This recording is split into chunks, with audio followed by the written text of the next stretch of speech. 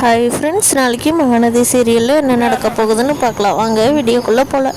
நம்ம சேனல் இன்னும் சப்ஸ்கிரைப் பண்ணாதவங்க சப்ஸ்கிரைப் பண்ணிக்கோங்க. போலீஸ் ஸ்டேஷனில் விஜய் மேலே கேஸ் ஃபைல் பண்ணுறப்போ காவேரியும் தாத்தாவும் கரெக்டாக போலீஸ் ஸ்டேஷனுக்குள்ளே போய் விஜய் மேலே போட போகிற கேஸை நாங்கள் உண்மையை நிரூபித்தோம்னா கேன்சல் பண்ணிக்குவீங்க தானே சார் அப்படின்னு சொல்லி கேட்குறாங்க. அதுக்கு இன்ஸ்பெக்டர், ஆமாம்மா, இவர் மேலே தப்பு இல்லைன்னு தெரிஞ்சதுன்னா நான் எதுக்கு கேஸ் போட போகிறேன், நீயே சொல்லுமா, எனக்கு இப்போ டவுட்டாக இருக்கிறதுனால தான் கேஸ் போட போகிறேன் அப்படின்னு சொல்கிறாரு.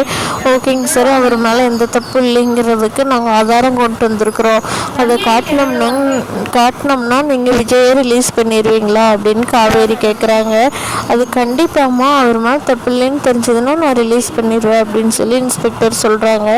காவேரியும் தாத்தாவும் வெண்ணிலாவோட பேசினதை ரெக்கார்ட் பண்ணி வச்சுருக்காங்க இல்லையா, அதை எடுத்து இன்ஸ்பெக்டர் கிட்ட காட்டுறாங்க.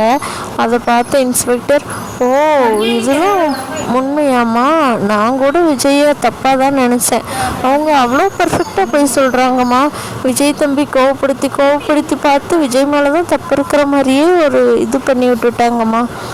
சரி, ஓகே விஜய், நீங்கள் கிளம்பலாம், நான் அவங்கள பார்த்துக்கிறேன், போங்க, உங்கள் ஒய்ஃபு உங்களுக்காக ரொம்ப கஷ்டப்பட்டு போராடி உங்களை வெளியெடுத்துருக்காங்க, வீட்டுக்கு கூட்டிகிட்டு போங்க சார், தேங்க்யூ சார் அப்படின்னு சொல்லிட்டு அனுப்பிச்சி விட்டுறாங்க. காவேரிக்கும் விஜய்க்கும் சந்தோஷம்னா சந்தோஷம். அப்பாடா, நம்ம குழந்தை வயிற்றில் இருக்கிற நேரத்தில் உங்களை இப்படி உள்ள வச்சிட்டாங்களேங்க அப்படின்னு சொல்லி ரெண்டு பேரும் ரொம்ப சந்தோஷத்தில் இருக்காங்க.